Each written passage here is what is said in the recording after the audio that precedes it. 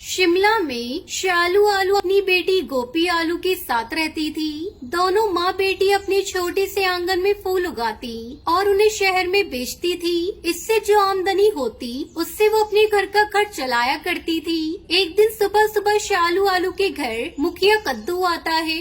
शालू, ओ शालू, 2 दिनों बाद मेरी बिटिया की सगाई है। जरा मेरे घर चमेली और गुलाब के फूल पहुंचा देना। ठीक है मुखिया जी, लेकिन आप पैसे एडवांस दे देते तो बहुत अच्छा होता। क्या कहा तूने? तू जानती नहीं मैं इस गांव का मुखिया हूँ और मुखिया से तू पैसे मांग रही है? तेरी इतनी हिम्मत! अभी मैं तेरा हिसाब किताब देखने बैठ जाऊँ तो तेरा ये घर है ना, वो भी नहीं बचेगा। गलती हो गई मुखिया जी, मैं समय पर आपके घर फूल पहुंचा दूंगी।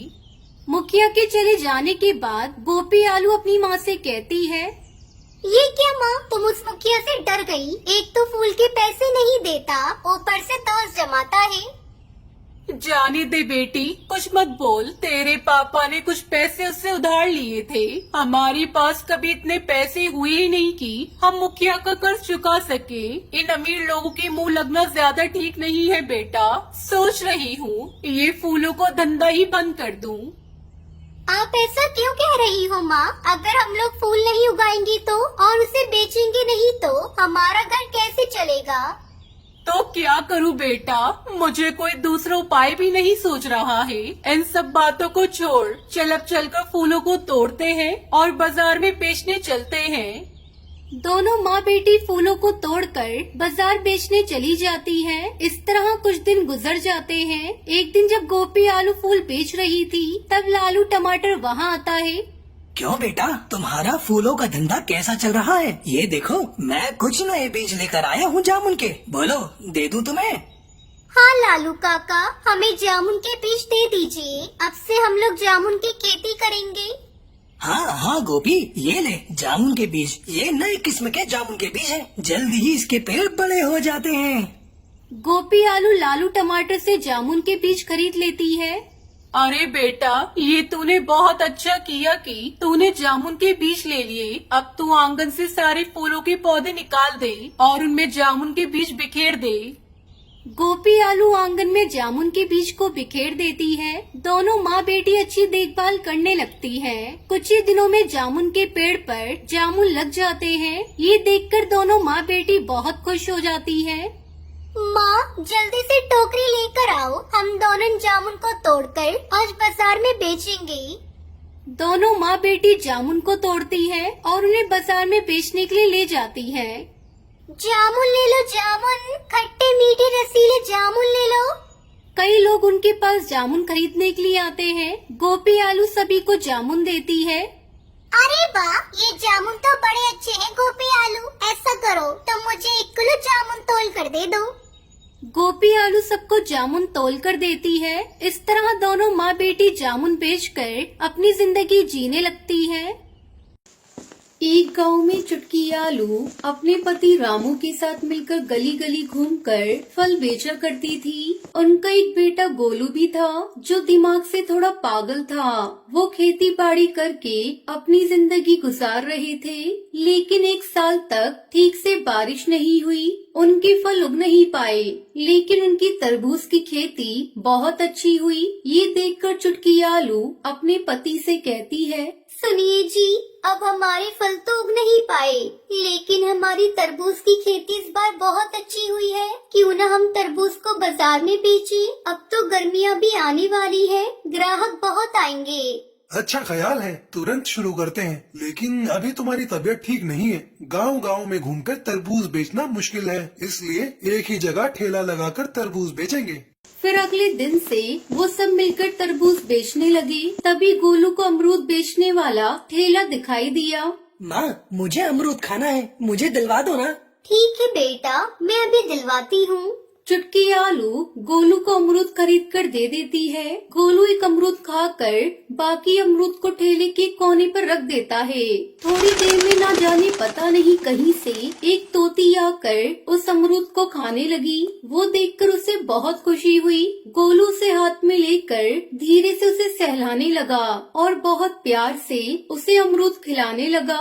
अब हर रोज गोलू उस तोती को अमरूद खिलाता। अमावस्या के दिन पूरा चांद निकलने के बाद वो तोती सबसे कहती है, मुझे और तुम्हारे बेटे गोलू को श्राप मिला था। हम दोनों प्रेमी हैं। मैं एक अप्सरा हूँ, ये मेरे स्वामी है। एक बार हम पृथ्वी लोक घूमने आए थे और हमने एक ऋषि बाबा को बहुत तंग किया। उन्होंने हमें श्राप दिया था, मैं तोती बन जाऊँ और मेरे स्वामी एक पागल आलू बन जाए। ये सुनने के बाद हमने उनसे माफी मांगी। तब उन्होंने कहा, ये जिन भी लोगों के घर जन्म लेगा, उनकी एक और संतान पैदा होते ही तुम्हें श्राप से मुक्ति मिल जाएगी। ये सुनने के बाद सब हैरान हो गए। कुछ दिन बाद चुटकी आलू ने एक बेटी को जन्म दिया। तभी गोलू आलू और तोती को श्राप से मुक्ति मिल गई। आप दोनों बहुत अच्छे माँ बाप थे। माँ, आप ये तरबूज काट कर देखिए। तभी चुटकी आलू ने तरबूज काटा तो उसके अंदर से ढेर सारे पैसे निकले, जिसे देख वो दोनों बहुत खुश हुए। ये क्या है बेटा, इतने सारे पैसे तरबूज के अंदर? अब से हर अमावस्या के दिन चांद को देखकर जब भी आप तरबूज को काटोगे उनमें पैसे मिलेंगे। ये वरदान देता हूँ मैं आपको, और आप अपने परिवार के साथ हमेशा खुश रहो।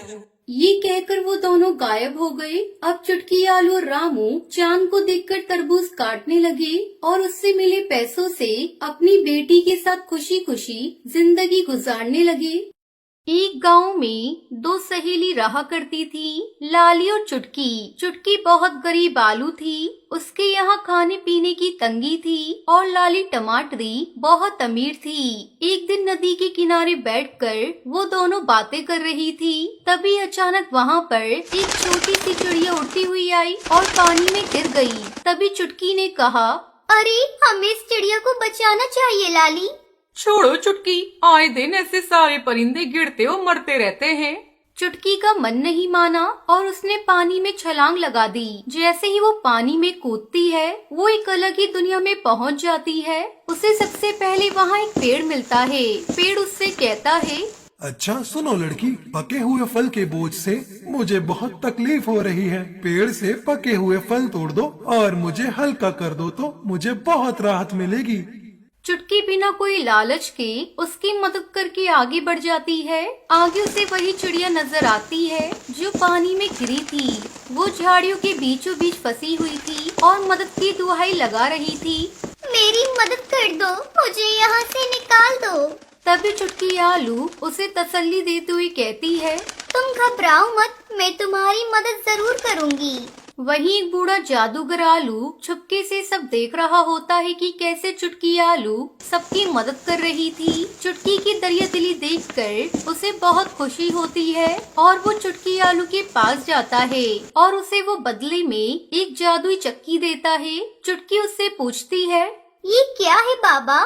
ये तुम्हारे दरिया दिली का इनाम है। तुम बिना कोई लालच के सबकी मदद करती हो, तुम इसकी हकदार हो। ये कोई मामूली चक्की नहीं है, ये जादुई चक्की है। इससे तुम जो मांगोगे तुम्हें वो मिलेगा।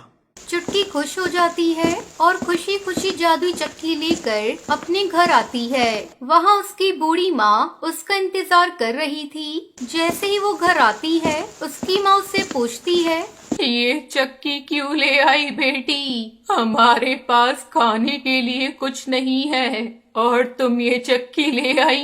माँ, ये कोई मामूली चक्की नहीं है, बल्कि ये जादुई चक्की है। मुझे जादूगर बूढ़े आलू ने दी है, इससे हम कुछ भी मांग सकते हैं।